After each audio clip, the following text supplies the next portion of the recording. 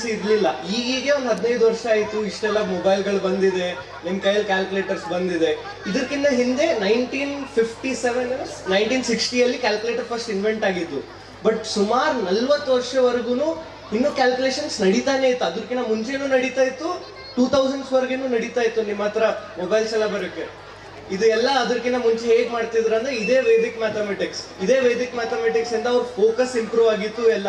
ಈಗಿನ ಜನರೇಷನ್ ಹೇಗಾಗಿದೆ ಅಂದ್ರೆ ಫೋನ್ ಇದ್ರೇನೆ ಕಂಟಿನ್ಯೂಸ್ ಆಗಿ ಏನಾದ್ರೂ ವರ್ಕ್ ನಡೀತಾ ಇದೆ. ಕಾಲೇಜ್ ಆಗ್ಲಿ ಏನೂ ಆಗ್ಲಿ, ಒಂದ್ ಚಿಕ್ಕ ಕ್ಯಾಲ್ಕುಲೇಷನ್ 125x8 ಹೇಳಿದ್ರೇನು ಅದನ್ನು ಕ್ಯಾಲ್ಕುಲೇಷನ್ ಫೋನಲ್ಲೇ ಮಾಡ್ತಾ ಇದ್ದಾರೆ.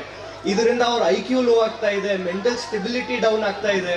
ಅದಕ್ಕೆ ಇದು ಅಬ್ಯಾಕಸ್ ಏನಿದೆ ಅಲ್ಲ, ಮತ್ತೆ ವೇದಿಕ್ ಮ್ಯಾಥ್ಸ್, ಇದರಿಂದ ನಿಮ್ ಕಾನ್ಫಿಡೆನ್ಸ್ ಮತ್ತೆ ಫೋಕಸ್ ಎಲ್ಲ ಇಂಪ್ರೂವ್ ಆಗತ್ತಂತ ನಾನು ಹೇಳ್ಬೇಕಂತ ಇಲ್ಲಿ ಬಂದಿದ್ದೀನಿ.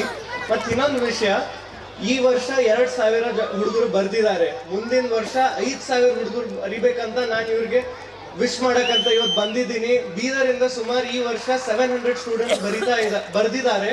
ಅದ್ರಲ್ಲಿ ಕೆಲವೊಂದು ಪೇರೆಂಟ್ಸ್ ಆಲ್ರೆಡಿ ಭೇಟಿ ಆಗಿದ್ದಾರೆ. ಸ್ಟಾರ್ಟಿಂಗ್ ಅಲ್ಲೇ ಡಾಕ್ಟರ್ ಚಂದ್ರಶೇಖರ್ ಪಾಟೀಲ್ MLC ಆದ್ರಂತ ನಮ್ಮ ಅಂಕಲು ನಾವು ಸೇರ್ಬಿಟ್ಟು ಬೀದರ್ ನಮ್ಮ ಡಿಸ್ಟ್ರಿಕ್ಟ್ ಹೋಮ್ ಟೌನ್ ಏನಿದೆ ಅಲ್ಲಿ ಸುಮಾರು ನಾವೇ ಅಲ್ಲಿಂದಾನೇ 700 ಇಂದ ಒಂದು 3,000-4,000 ಸ್ಟೂಡೆಂಟ್ಸ್ ವರೆಗೆ ನೆಕ್ಸ್ಟ್ ಇಯರ್ ಅನ್ನಷ್ಟಿಗೆ ಅಡ್ಮಿಷನ್ ಮಾಡಿಸ್ಬಿಟ್ಟು ಅವ್ರಿಗೆ ಹೆಲ್ಪ್ ಮಾಡ್ಬಿಟ್ಟು ಏನಿದು IQ ಸ್ಟೆಬಿಲಿಟಿ ಸೈಕಲಾಜಿಕಲ್ ಇದೆ ಎಲ್ಲದಕ್ಕೂ ಹೆಲ್ಪ್ ಮಾಡೋಣ ಅಂತ ಹೇಳ್ಬಿಟ್ಟು ನಾನೊಂದು 2 ಮಾತನ್ನ ಮುಗಿಸ್ತಾ ಇದ್ದೀನಿ. ಧನ್ಯವಾದಗಳು.